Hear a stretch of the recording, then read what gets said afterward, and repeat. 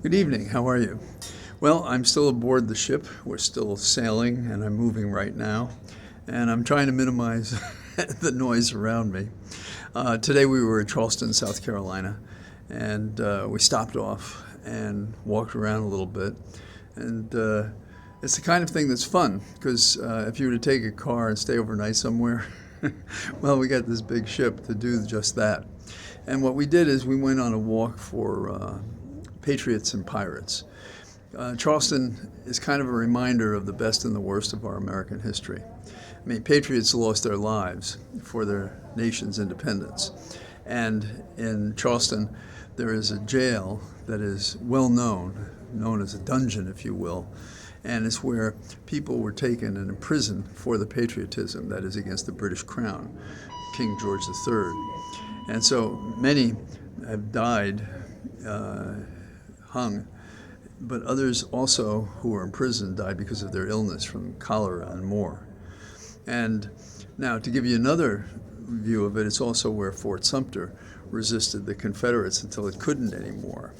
So you see, the history is, well, like maybe everything about life. It's complex, not simple to dismiss, not simple to explain.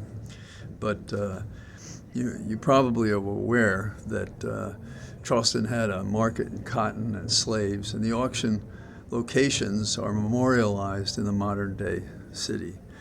So that's my trip on land by sea to arrive there. There's good news about our current situation in the sense of good policy. Biden pardoned his son Hunter.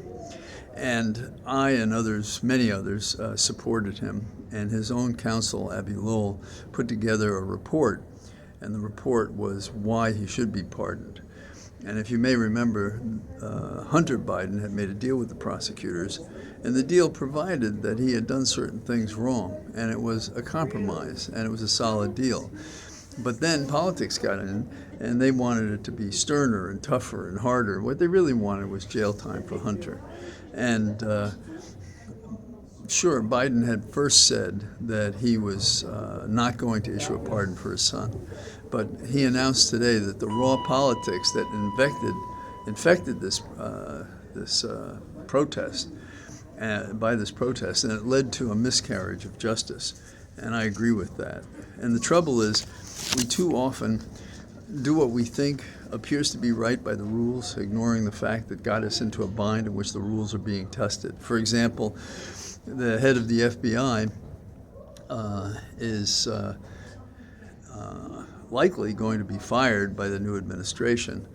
And a Republican Senator, Mike Rounds, supports the FBI director, Wray, W-R-A-Y. And he's had his differences and so forth, but he supports him in the office and doesn't think he should remove. These are 10-year terms. And this is over a guy named Patel, P-A-T-E-L. And his loyalty is not the same, for Trump that is, it's not the same as having a competent person in the position who can actually call balls and strikes, is what Supreme Court nominees like to say, and then they don't do that. But he's not a person who is competent to do the job, notwithstanding what loyalty he has to Trump, which appears to be the only credit for him taking the position. And he doesn't seem to have any judgment. He said it plainly that he's going to fire and prosecute those in the Department of Justice. And that's no way to run a government, particularly a law enforcement government. You're immediately going to make it in a critical, dangerous position by questioning its entire ability to function. So he's not only going to do that, but he sees conspiracies where none exist or have been proven. I'm not saying that there can be no conspiracy, but we have been over this material, which is the subject of their concern, involving Trump's efforts to overthrow the government. And then there's a general approach you may want to take a look at when Trump is doing something. His paunchiness will endorse a rule, and then he'll say something like, "I'm for free, for clean air," and then he'll make an exception to that program, like, well, we'll see how expensive it is to do that. And so ultimately, the exception to the rule, which becomes the talking point, is misleading because it is devoured by the exception to the talking point. Same thing with clean water, clean air, clean water. We'll take a look at it. And this has been going on for years. And basically what it does is it compromises our environment, compromises our health, and so forth. Sorry for the bells, but that's the business being on a ship. Now, one that currently is on our mind is the one involving tariffs. Trump is talking about, issuing general tariffs and then making exemptions from those tariffs. And he did that in the first administration. So what you see is a transaction. This is a man of transactions. So I tell you it's going to be 100% tariff. Now come to me and tell me what you're going to give me in exchange. So our government is up for sale with this guy. Our normal processes are compromised. The judgments that are being made are not being made on the merits. And what's going to happen to us going down the road? We're going to suffer. Because Trump waves a big stick, but he can't make it stick. So what I'm saying is, first he goes to Mexico, then he's in a fight with Canada, then he's in a fight with other governments who are thinking that the dollar should not be the basis of their reserve.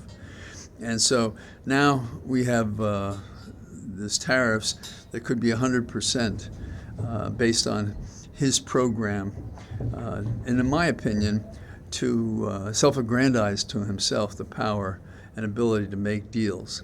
And he'll probably find a way for himself to be in it. Now, I've consciously tried to make this a little shorter because bandwidth, as good as it is on the ship, is not tremendous, so it takes a while to send these things out. And I'm trying to focus on a couple of the bulletins that I see at a distance. I'm very glad about Biden's son. I think that's entirely appropriate. But I think we need something more. I think not only should we not go to the inauguration, that all of us should wear signs say, I didn't go, I wouldn't go, I can't go. And that we should seek ways to embargo every policy that he has and to support those who will be hurt, who will come forward and object in courtrooms, in hearing rooms, in local election campaigns.